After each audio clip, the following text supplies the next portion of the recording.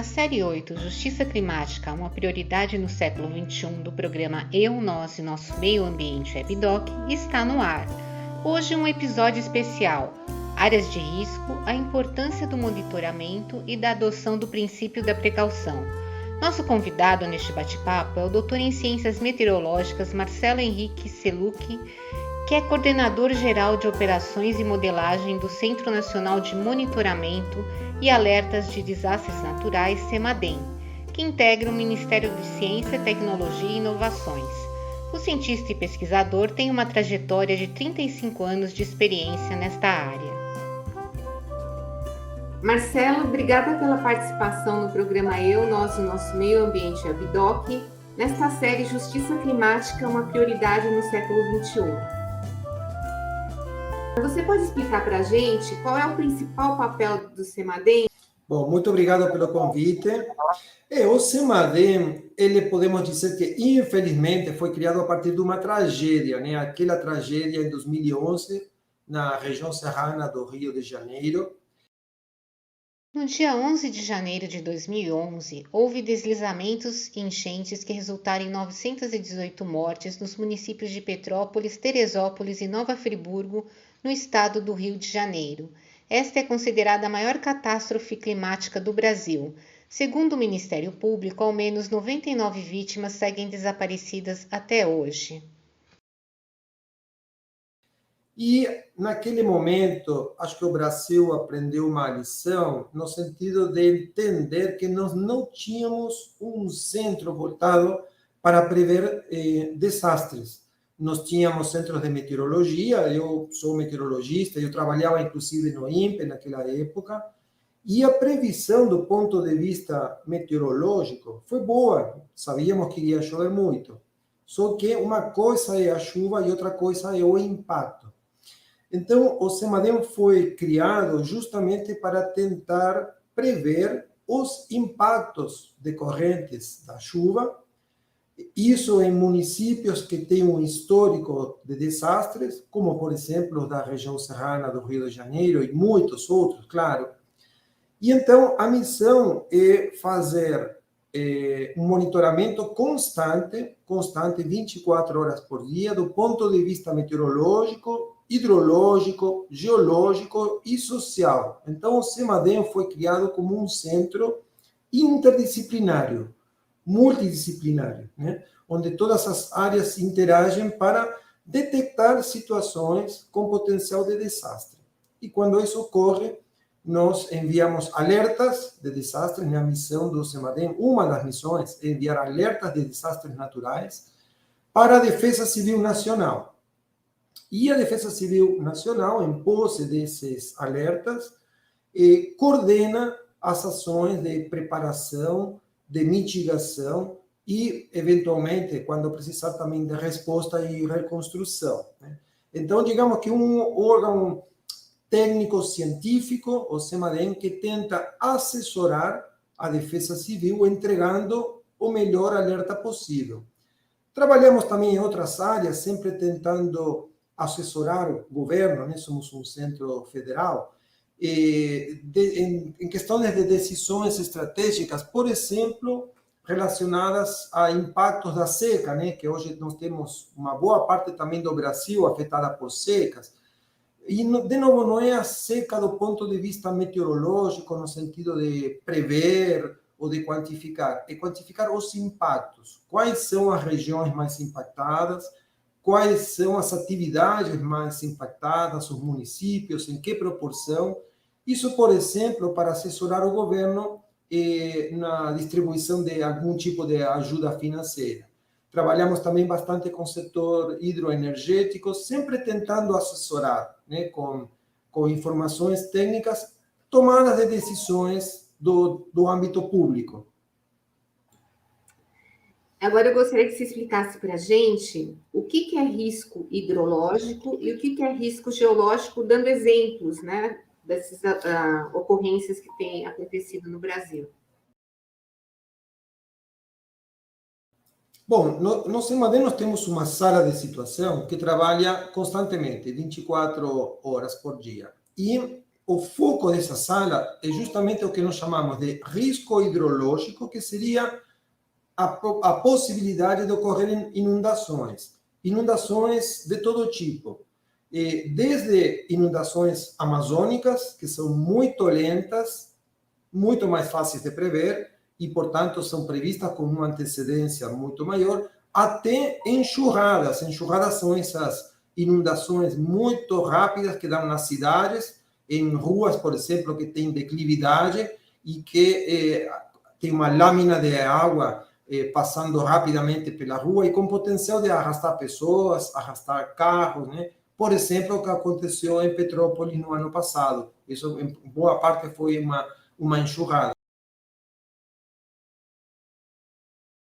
Então, são tipos de processos hidrológicos, porque envolvem água, que talvez se desenvolvem em 15 minutos, 20 minutos. Então, isso requer uma atenção muito particular, né? Muito focada, utilizando determinados equipamentos que nós temos no CEMADEM para tentar avisar, aí, às vezes, com poucos minutos. Então, dependendo do tipo de risco, né? O alerta pode sair com semanas de antecedência, como é no caso das inundações amazônicas, ou às vezes até com meia hora de antecedência, como poderia ser um caso de uma enxurrada violenta numa cidade. E entre esses dois casos extremos temos muitos intermediários, né? Inundações em bacias de médio porte, que podem ser previstas com 1, 2 dias de antecedência. Então, esse é o risco hidrológico. E outra grande parte é o que nós chamamos de risco geodinâmico, né? Porque significa terra em movimento. São basicamente os deslizamentos de terra e outras variantes, como, por exemplo, deslizamentos de rochas, de lama, né? O pessoal chama de corridas de massa, corridas de detritos, quando tem rochas e outras coisas caindo. São casos mais graves, né? Então, são os dois fenômenos que mais impactam a população no Brasil, né? Os deslizamentos de terra é o tipo de fenômeno que causa mais mortes, infelizmente, no Brasil, de origem natural, e as inundações é o que causa maior número de desabrigados, desalojados, né? Talvez o que impacta mais quantidade de gente é a seca, mas não provoca desalojados ou desabrigados. Então, esses dois eventos, né, as inundações e os deslizamentos de terra, precisam sempre de uma ação muito rápida do Estado, da Defesa Civil e de atenção à vítima, né? Então, esse é o nosso foco principal na sala de operação. E com relação à ocupação urbana, né, que a gente vê assim muitas cidades com adensamento populacional grande, né, ocupação desordenada, como é que é a relação disso com os eventos extremos que têm aumentado a questão da mudança climática, né, da emergência climática? Bom, daria para falar bastante sobre isso. Primeiro, um desastre se considera assim quando atinge pessoas, né? Não é suficiente ter uma chuva extrema ou intensa para ter um desastre. Vamos dar um exemplo até um pouco absurdo, mas se chover 500 milímetros no meio do oceano, isso não significa que teremos um desastre, né? O desastre ocorre quando impacta pessoas e, infelizmente, nós temos no Brasil, nos últimos anos, um aumento da população morando em áreas de risco. Se estima que nós temos em torno de 30 mil, 40 mil áreas de risco e talvez em torno de 10 milhões de pessoas morando nessas áreas.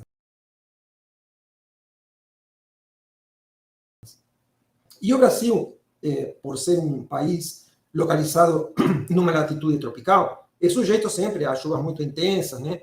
E sabemos que por conta das mudanças climáticas, né, essas chuvas estão se tornando mais intensas, até porque o aumento Perdão. Então, a partir das mudanças climáticas, essas chuvas estão se tornando mais intensas, porque o aumento da temperatura traz atrelado um aumento do vapor de água disponível na atmosfera. Então, esse aumento do vapor é basicamente o insumo para a chuva. Então, o aumento da temperatura traz um aumento da instabilidade, aumento do vapor, uma combinação temperatura e umidade que derivam em chuvas cada vez mais intensas. Isso, digamos, existe como já comprovar a partir de séries longas que nós temos em algumas cidades como São Paulo, como Belo Horizonte, onde nós vemos que nas últimas décadas, por exemplo, temos uma maior frequência de dias, por exemplo, com chuvas acima de 80 milímetros, do que nós tínhamos na década de 60 ou 70. Então, a junção de aumento da população especificamente em áreas de risco, e de chuvas agora mais intensas, ou chuvas intensas com maior frequência, essa combinação acaba derivando, né, um aumento do número de desastres. Agora, eu gostaria que você explicasse para a gente quais são as configurações de uma área de risco, né? Porque muitas vezes as pessoas falam, a gente sabe que tem essa questão habitacional muito precária, né? Algo a se resolver, mas aonde não é possível ter algum local de habitação, que realmente pode ser fatal. Bom, nós temos basicamente dois tipos de áreas de risco, né? Voltando aos processos hidro e aos processos geodinâmicos. Nós temos locais que são sujeitos a inundações. E quando nós falamos em inundação, devemos levar em conta que as calhas dos rios são muito mais largas do que parecem, né? Normalmente, quando nós temos um rio, nas laterais, nós temos um terreno que normalmente é plano e onde o rio, muito rara vez ocupa, né? Mas isso normalmente faz parte da calha natural do rio. E por ser um lugar relativamente plano e, portanto, fácil de edificar, de construir, tem muitas, até cidades construídas no que seria dentro da calha natural do rio. Então, com uma certa frequência, esse rio transborda, ocupa essa calha natural, e nós temos aí problemas de água invadindo casas com pessoas desabrigadas, desalojadas. Então, é muito importante quando uma pessoa vai construir ou quando se faz um plano diretor do município, levar em conta, né, não apenas o curso da água que está o rio na maior parte do tempo, sino aquele curso, aquela calha natural que o rio ocupa eventualmente. Então, essas são áreas onde não deveria se construir. Mas talvez o mais perigoso, né, o que mais ameaça a vida das pessoas, é construir sobre encostas. Isso é muito, muito comum. E existe um ponto crítico, que é quando a encosta atinge ou ultrapassa 25 graus de inclinação. Existe, inclusive, legislação que proíbe construir em áreas com uma inclinação acima de 25 graus. Mas o que acaba também prejudicando muito, aumentando o risco, é fazer cortes, aterros, né? O pessoal corta um morro, faz um aterro, está modificando o terreno, está modificando a topografia natural e, além disso, desmatar, né? Então, a mata, a vegetação original, ela tem uma função, primeiro, de distribuir a chuva, né? Se nós temos uma chuva muito intensa, primeiro cai sobre as copas das árvores, e essa copa faz uma espécie de guarda-chuva que suaviza um pouco a intensidade da precipitação. Mas também as raízes, elas acabam fixando o solo. Então, a vegetação ajuda, até certo ponto, para evitar deslizamentos. Mas, quando nós construímos, o primeiro que fazemos é justamente tirar a vegetação. Então, são dois aspectos que são, infelizmente, muito comuns e que acaba, na maioria das vezes, gerando deslizamentos. A maior frequência de deslizamentos é o que em geologia se chama de deslizamentos induzidos, ou seja, provocados de alguma forma indiretamente pela ação do homem, induzidos pelas construções que os homens fazem. Outro problema também é impermeabilizar o solo, né? Se construi na encosta, se faz uma rua, se calça. Então, essa água de chuva, em vez de penetrar no solo, ela vai escoar superficialmente e vai provocar uma correnteza de água superficial que pode arrastar carros, pode arrastar detritos, e essa também é uma das origens das enxurradas. Por exemplo, o que aconteceu em Petrópolis no ano passado. E nós também temos ainda, finalmente, as chamadas planícies aluvionais, né, que são as planícies que se formam nas partes mais baixas dessas montanhas que deslizam, né? É muito comum ver isso no litoral. De fato, a maioria das cidades do litoral, conheço bem o litoral de São Paulo, estão construídas sobre essas superfícies aluvionais. São Sebastião, Caraguatatuba, Santos, Ubatuba, inclusive esses pequenos bairros agora que tomaram nome, né, mais conhecido, Barra do Saí, Boiçucanga, enfim, eles estão construídas em pequenas áreas de aluvião que são derivadas de deslizamentos de terra que houve ao longo dos milhões de anos, né? E, certamente, cada vez que há um novo deslizamento, esses detritos que se depositam na parte mais baixa vão contribuindo, né, ao longo dos milhares e milhões de anos a tornar essas superfícies maiores. Então, são superfícies relativamente planas, né, permitem construir com certa facilidade, mas são derivadas de deslizamentos de terra. Portanto, também não são áreas seguras para construir. O litoral, né, ele tem uma característica bastante particular, o litoral brasileiro, porque primeiro nós temos a Serra do Mar, que é muito íngreme, nós temos a presença do mar, obviamente, e isso faz aumentar a intensidade das chuvas e a probabilidade de chuva, né? Ubatuba é conhecida como Uba-chuva, por exemplo, né? Porque justamente é uma cidade onde chove praticamente todo dia, inclusive na estação seca. E com poucas áreas planas, e essas áreas planas são justamente sedimentos depositados através dos deslizamentos. Então, há poucas áreas seguras, na verdade, para construir nessa região. No tocante, assim, ao índice pluviométrico, né, essa quantidade de chuva, né, que foi considerada uma das maiores, né, em décadas, eu gostaria que você explicasse um pouco para a gente como é que funciona, né, o que representa, né, essa quantidade.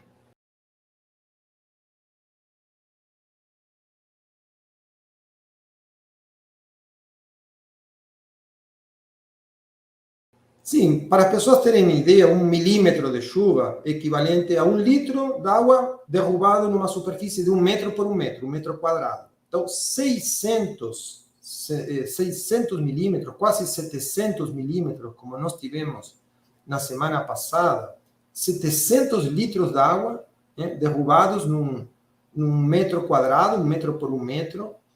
Podemos pensar de outra forma, equivalente a uma lâmina d'água de 70 centímetros de altura. Então, essa lâmina d'água se depositou nas partes mais baixas ou penetrou diretamente no solo. Por isso que nós tivemos inundações tão graves, e também deslizamentos de terra, né? Porque essa água que penetra no solo, ela vai...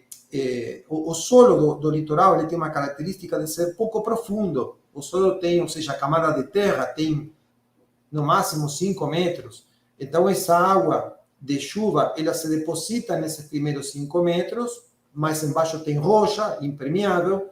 Então, muda uma característica do solo. O solo se torna mais brando, né? Se torna barro, deixa de ser terra, e então a coesão do solo, né? As características físicas mudam. Então, uma superfície branda e inclinada tende a cair pelo próprio peso.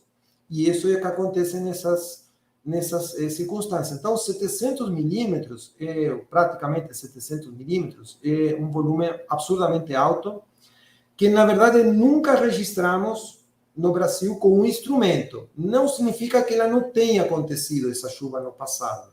Existem, assim, desastres conhecidos, onde, olhando as fotos dos estragos, ou tendo relatos dos estragos, pensamos que a chuva pode ter sido igual ou até maior que aquela do final de semana do 18, 19, agora de fevereiro. Mas nunca foi registrado num pluviômetro, nem no instrumento que registra precipitação. Para ter uma ideia, por exemplo, o grande desastre de Petrópolis do ano passado registrou 260 milímetros. Aqui estamos falando de mais de 600. Houve no passado um caso muito parecido, em março de 1967, em Caraguatatuba, município vizinho a São Sebastião. E naquela época existia um pluviômetro convencional, ou seja, basicamente um recipiente onde a água se deposita com uma régua, e esse pluviômetro comportava até 400 milímetros. Naquele dia ele transbordou, ou seja, sabemos que choveu mais de 400 milímetros, mas não sabemos exatamente quanto. Mas, pelas fotos que existem da época, o estrago foi até maior do que esse que ocorreu em São Sebastião. Lembrando que naquela época a cidade de Caraguatatuba tinha apenas 15 mil habitantes, era uma pequena cidade rural e se estima que mais de 400 pessoas morreram naquele episódio. Então, chuvas desse porte, desse nível, certamente aconteceram muitas vezes e continuarão ocorrendo, mas às vezes ocorrem sem que sejam medidas, né? Das medições disponíveis até hoje, aquela, na verdade, de Bertioga, foi em Bertioga o maior volume de chuva, não tem registros históricos equivalentes. E no caso, Marcelo, com quanto de antecedência foi previsto assim que poderia ocorrer algo desse tipo lá no litoral norte, né? E também ocorreu em Guarujá, né? Outra região na Baixada Santista também que teve um alto índice pluviométrico. O sistema meteorológico principalmente responsável por esse episódio foi uma frente fria. Uma frente fria, inclusive, muito intensa, uma frente fria em fevereiro, que provocou nevadas na Argentina, em lugares que não costuma nevar. Então, é uma frente realmente muito intensa. E essa frente foi prevista com alguns dias de antecedência, até porque nós vamos acompanhando o deslocamento dessas frentes frias, observamos as nevadas na região da província de Buenos Aires, observamos as temperaturas muito baixas aqui na Serra Gaúcha e os modelos meteorológicos previam claramente que esse sistema ia se estacionar na região do litoral. Então, depois houve outros fatores complicadores, um pequeno ciclone que se formou dentro da frente fria, a presença da própria serra, o vento, que nesse momento aumentou muito do mar para o continente, de alguma forma transportando calor e umidade do mar, que nesta época é elevado, para o continente. Tudo isso alimentou a chuva. Digamos, todos esses foram detalhes que pioraram muito a situação, mas a causa principal foi essa frente fria. Então, nós já estávamos observando a probabilidade de ocorrer algum fenômeno extremo desde a terça-feira 14. Só que nós utilizamos vários modelos meteorológicos, alguns apontavam essa situação, outros não. Na quinta-feira, esses modelos entraram mais em consenso. Então, nós estávamos observando justamente uma faixa do litoral de São Paulo como a mais problemática e avisamos a Defesa Civil Nacional, né? Nós, como órgão do governo federal, conversamos com o equivalente do governo federal em termos de defesa civil, que é o SENAGE, da Secretaria Nacional de Defesa Civil, e o SENAGE, ele, em posse dessas informações, e com a confirmação ainda na sexta-feira, chamou uma reunião com a Defesa Civil dos Estados, né? Então, digamos, foi previsto internamente desde terça-feira, mas comunicado oficialmente a partir da quinta-feira. Tendo em vista assim, que esses eventos acabam acarretando mortes, né? Foram mais de 60 pessoas, e ao mesmo tempo os desabrigados, desalojados. O que você pode dizer assim, como tem que ser o cadenciamento, né? Porque tem que ter sistema de alerta, né? Nas cidades. O que acontece, né? O que está tendo um gap, né? Que não está ocorrendo assim na questão da prevenção e da precaução? São vários aspectos. Essa pergunta é muito interessante, né? Sempre falamos que o sistema de proteção civil, como um todo, é basicamente como uma corrente que tem muitos elos. Nós seríamos, talvez, um dos primeiros elos da corrente, e as pessoas, e a Defesa Civil que vai tirar as pessoas no bairro, seria o último elo. E sabemos que a robustez de uma corrente é a robustez do elo mais fraco. Então, se um elo falha, todo o sistema falha. Na verdade, a falha pode estar em qualquer momento, né? Vou citar até um exemplo de Petrópolis, novamente, de 15 de fevereiro do ano passado. Essa chuva que ocorreu foi totalmente repentina, muito localizada, então totalmente diferente do caso de São Sebastião. Não houve um sistema meteorológico de grande escala que a gente pudesse acompanhar. Foi uma chuva que apareceu naquela região e só afetou uma parte do município, inclusive. A área rural nem foi afetada. Esse tipo de chuva não foi previsto. Então, podemos dizer que o primeiro elo falhou no sentido que nós não conseguimos avisar com antecedência. Quando nós conseguimos avisar, o evento já estava basicamente ocorrendo. Uma pena porque Petrópolis tem um bom sistema de defesa civil local, com sirenes, por exemplo. Então, as pessoas já estão treinadas para sair das casas quando toca a sirene. Só que foi tão rápido, que quando a sirene tocou, as ruas já estavam tomadas pela enxurrada. Posso citar outros bons exemplos de grande sucesso. Por exemplo, em Minas Gerais, em 2020, nós tivemos talvez a pior chuva depois daquele episódio de 2011 que originou o CEMADE. Então, foi, digamos, o primeiro grande teste do sistema após a tragédia do Rio de Janeiro. E nós tivemos, naqueles dias de janeiro, mais de 500 milímetros de chuva. E essa chuva foi provocada por um sistema, o mesmo sistema, aliás, que provocou as chuvas em janeiro de 2011, chamado de zona de convergência. Mesmo sistema. E desta vez nós conseguimos prever, mas não só conseguimos prever a chuva, conseguimos prever o impacto que isso poderia causar. E foi informado a Defesa Civil Nacional com uns 3 dias de antecedência, e houve todo um trabalho muito bem feito das prefeituras, inclusive de pequenos municípios, que saíram nas ruas com carros de som, avisando que a partir da sexta-feira, lembra que foi uma sexta-feira à noite, ia ter uma chuva muito forte, que as pessoas tinham que sair de casa, etc, etc. E essa foi uma das piores chuvas do estado de Minas Gerais, destruiu a cidade de Belo Horizonte, e o número de mortes foi muito pequeno. Foi na faixa de 20 pessoas, né? Contra mais de 1.000 que nós tivemos em 2011. E esse número de mortes, inclusive, foi lamentável, porque foi por, às vezes, falta de percepção das pessoas do risco de tentar atravessar uma rua que estava alagada, de tentar atravessar um rio a cavalo, por exemplo, de mexer em fiação elétrica no meio da chuva. Então, esse é outro aspecto também importante. As pessoas precisam ter também essa percepção.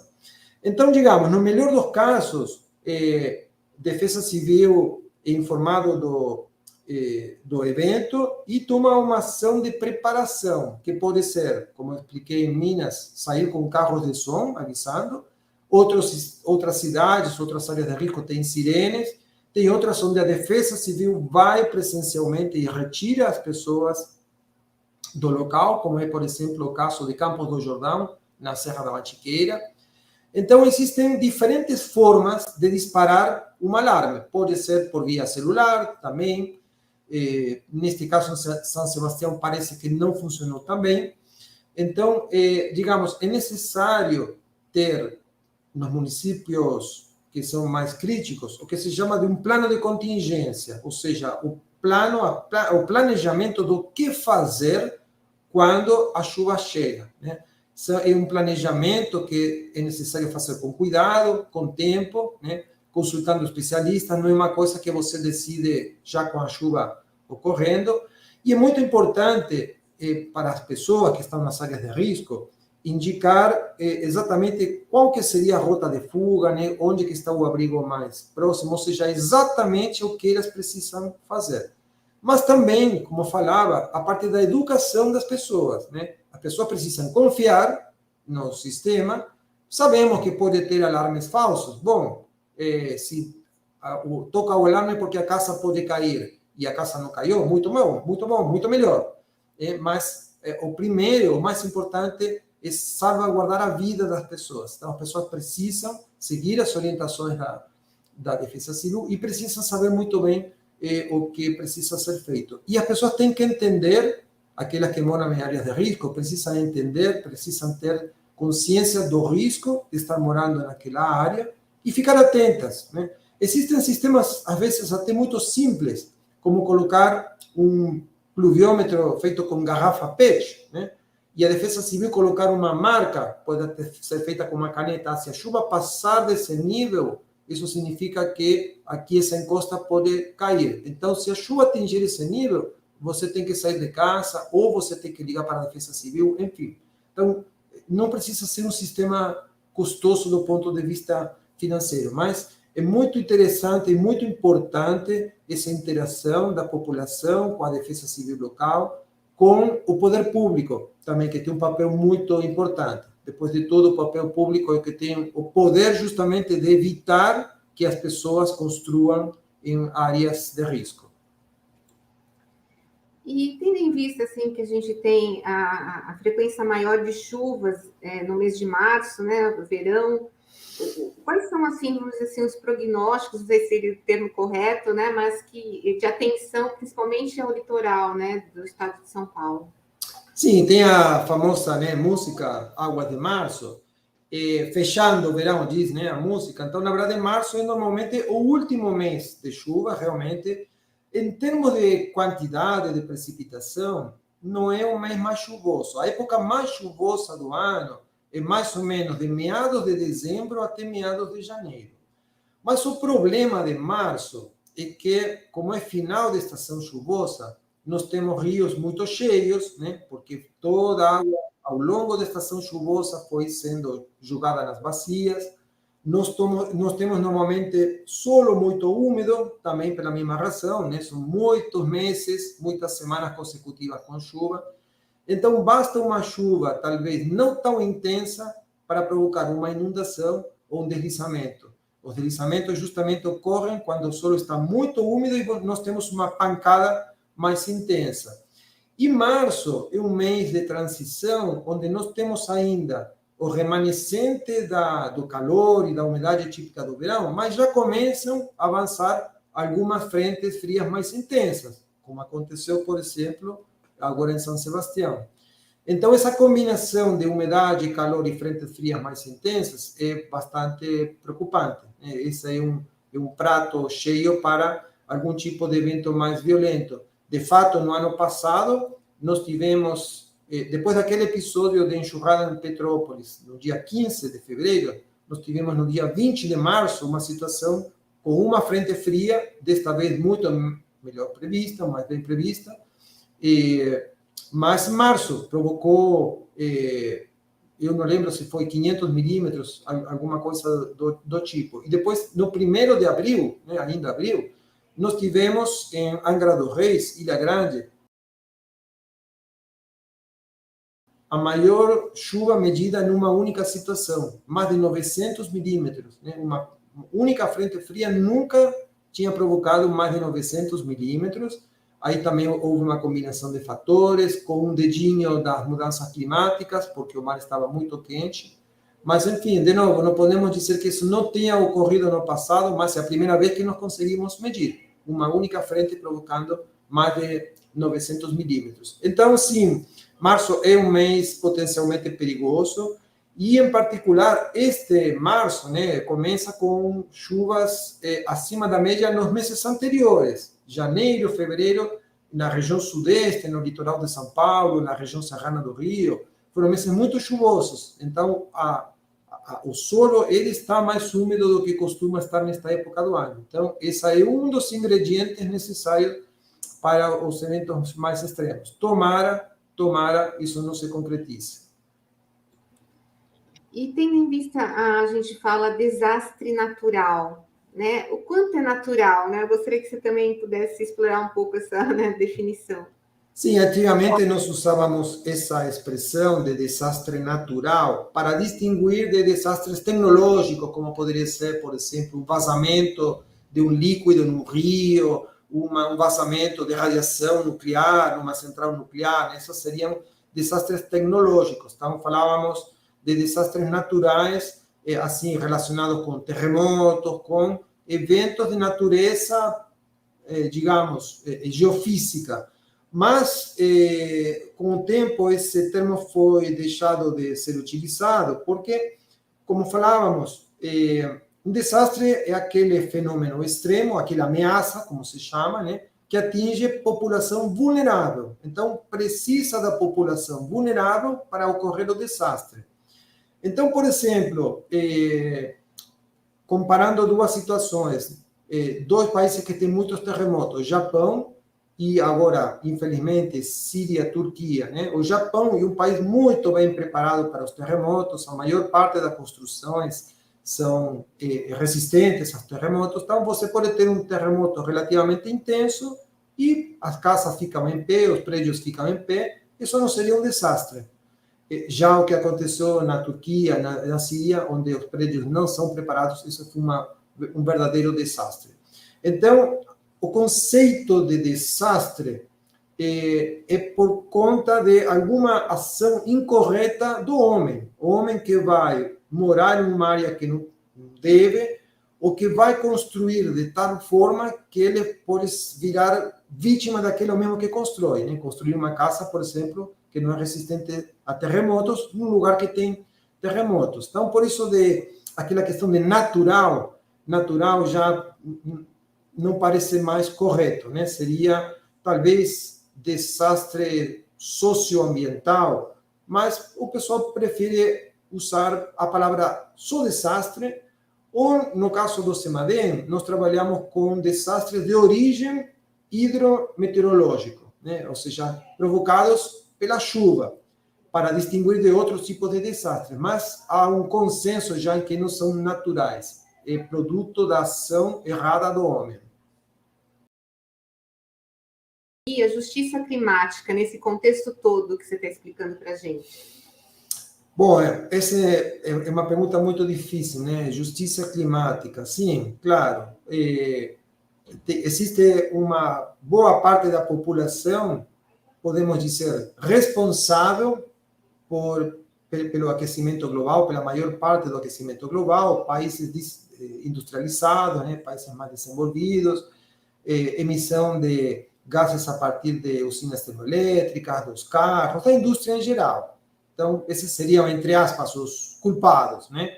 E existe uma série de países pequenos, muitos insulares, subdesenvolvidos, que não provocam uma alta taxa de aumento dos gases de efeito estufa, países que são rurais, ou não são países desenvolvidos, muitos na África, no sudeste da Ásia, por exemplo, na Oceania, e que de alguma forma são os que mais sofrem, né, com as consequências das mudanças climáticas. Então, por isso se fala, né, de justiça e injustiça. Bom, aí passa por uma política já de nível mundial, né, o Acordo de Paris, enfim, ultimamente, né, os países estão se reunindo para tentar, de alguma forma, chegar a um consenso sobre que ações podem ser feitas para tentar diminuir essa injustiça climática. Existem países que podem ser compensados até financeiramente, a partir digamos, dos países que mais poluem.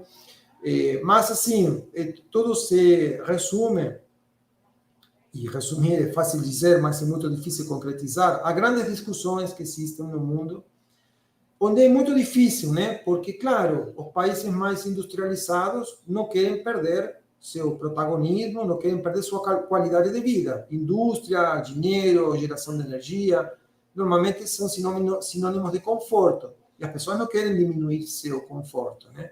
Mas, por outro lado, existem países que não têm tanta responsabilidade, que são os que estão sofrendo mais as consequências. Por exemplo, a partir do aumento do nível do mar. Existem países insulares que estão praticamente desaparecendo, que estão ameaçados de desaparecer. Não é que desaparecem de um dia para o outro, mas, por exemplo, sofrem cada vez mais com problemas de ressacas, de erosão costeira. Então, as próprias cidades são danificadas com certa frequência por conta das ressacas. E são países que têm poucos meios para consertar, para resolver. Então, existe também agora a figura do refugiado climático, do desabrigado climático, né? Ou seja, não por conta de uma inundação particular ou por um deslizamento em particular, sino por uma sucessão de eventos climáticos muito frequentes que fazem com que haja partes do país antes habitadas que agora não são mais habitadas. Então, é basicamente É uma trama bem complexa e eu acho que o mundo tem que, de alguma forma, assim, abraçar essa discussão e tentar resolver, porque sabemos que existe o que se chama de ponto de não retorno. Né? O ponto de não retorno é um ponto onde já não será mais possível reverter os impactos das mudanças climáticas. E o que restará apenas é a adaptação.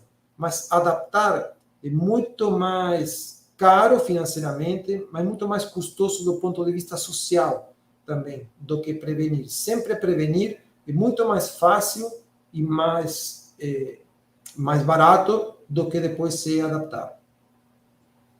E, Marcelo, só para a gente finalizar mesmo, eu gostaria que você falasse no contexto brasileiro, né? E o Brasil nessa história, né? Tendo em vista tudo que ocorre, né? Questão de desmatamento, enfim, planos diretores falhos, né? Com ocupação desordenada, né? Como é que você vê o que a gente pode melhorar nisso? Bom, a história, digamos, da vulnerabilidade no Brasil é muito antiga. Eu não sou historiador, mas li alguma vez que as favelas no Rio de Janeiro, por exemplo, remontam da época da Guerra do Paraguai. Então, os soldados que voltavam, muitas vezes escravos, né? Voltavam da Guerra do Paraguai, tinha sido prometida a liberdade para eles, só que eram libertos, mas não tinham onde morar. E eles começaram a se instalar nos morros do Rio de Janeiro. E ali, digamos, foi apenas a semente, só foi crescendo. Talvez nos primeiros anos, nas primeiras décadas, sem ter um sistema de medição de precipitação, sem ter um serviço meteorológico, sem ter, às vezes, muita noção do que ocorria em termos de desastres, porque a comunicação era muito difícil, não se tinha tanta consciência disso, né? O poder público, digamos, não teve uma atuação eficiente nesse quesito. A maioria das cidades brasileiras e na América do Sul não foram planejadas, né? Não houve um planejamento urbano, são poucas as cidades que foram planejadas, e a população foi crescendo sem levar em conta, por falta de conhecimento, em parte, o que nós falávamos antes, as áreas de risco, encostas. Pelo contrário, era até vantajoso estar perto do rio, porque era uma fonte d'água, né? Mas hoje sabemos que também é fonte de problemas, porque os rios transbordam. Então, isso foi ocorrendo ao longo das décadas, muitas décadas, e a gente vê muitas áreas com pessoas morando em áreas de risco, com pessoas vulneráveis em todas as regiões do Brasil, fundamentalmente ao longo do litoral, ao longo da costa, que é onde a população, digamos, basicamente se encontra. Só que acho que agora estamos talvez num ponto de inflexão, né? No sentido de, bom, já sabemos que existem muitas áreas de risco, muitos milhões de pessoas morando nessa situação, e já também agora sabemos que os eventos extremos estão se tornando mais frequentes. E desastres como os de São Sebastião, Petrópolis, Angra, Minas, Rio de Janeiro, Santa Catarina, Natal, Recife, enfim, a lista é cada vez mais longa e cada vez mais frequente a atualização dessa lista. Então, acho que está começando, talvez, com a ajuda também dos meios de comunicação, né? Está chegando o ponto em que a gente realmente precisa rediscutir tudo isso. Vamos continuar deixando que a população continue construindo em áreas de risco, ou vamos, de uma vez por todas, traçar um plano nacional, por exemplo, de reurbanização ou de urbanização, que começaria, me parece, primeiro pelo congelamento das áreas de risco atuais, né? Claro que vai ser muito difícil deslocar 10 milhões de pessoas no Brasil, construindo moradias em áreas seguras, vai ser muito difícil, mas pelo menos começar congelando essas áreas de risco, não permitindo que em áreas que já foram afetadas por desastres, volte-se a construir no mesmo lugar. E, bom, e com a elaboração de planos de redução de risco de desastres nos municípios, plano diretor, plano de redução de risco e planos de contingência para fazer frente aos eventos que já estão ocorrendo. Então, acho que é uma questão de decisão política. Acho que estamos já num momento maduros, né? Pelo conhecimento que nós temos, em termos de previsão, em termos de diagnóstico de onde a população está e que nós sabemos de cara ao futuro de aumento dos desastres. Precisamos agora agir. Gratidão, Marcelo, e um bom trabalho para vocês do CEMADEM, né? Que é extremamente importante para todos nós. Obrigada. Muito obrigado pelo convite, Débora.